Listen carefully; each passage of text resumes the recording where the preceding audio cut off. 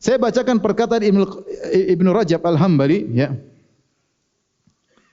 Ya, beliau mengatakan tentang hadis yang masyhur, ya, yang dimasukkan juga dalam Arba'in Nawawiyah, kata dari Umar bin Khattab radhiyallahu anhu, Nabi sallallahu alaihi wasallam bersabda, "Lau annakum tatawakkaluna 'ala Allahi haqqa tawakkulih la razaqakum kama yarzuqut tayr taqdu khimasan wa taruhu bitana."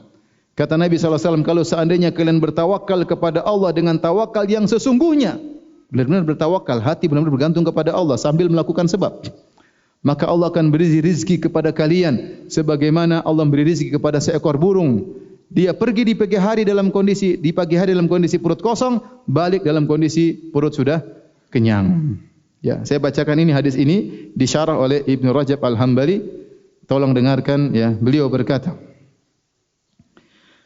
"Wa hadzal hadits aslun fi tawakkul." Hadis ini adalah landasan dalam masalah tawakal. Wa annahu min a'zamil asbab allati yustajlabu biha rizqu, dan tawakal adalah termasuk sebab terbesar yang mendatangkan rezeki, ya.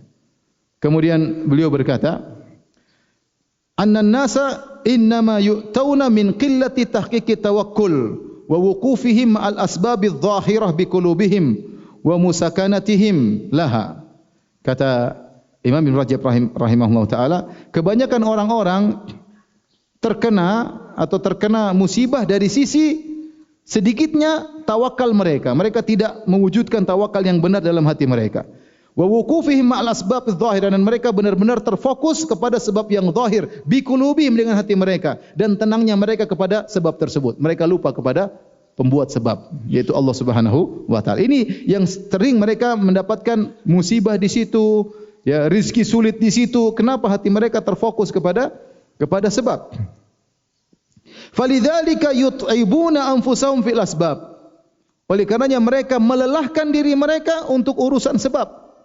Wajtahiduna fiha ghayatal ijtihad, dan mereka bersungguh-sungguh dengan puncak kesungguhan. Wala ya'tihim illa ma qad qaddira lahum, dan tidak datang kepada mereka kecuali yang sudah ditakdirkan. Falau haqqaqut tawakkul, kalau seandainya mereka mewujudkan tawakal ala Allahi biqulubihim, dengan tawakal yang kuat dalam hati mereka kepada Allah, la saqa ilaihim arzaqahum ma'a adna sabab, maka Allah akan kasih rizki kepada mereka meskipun sebabnya sedikit.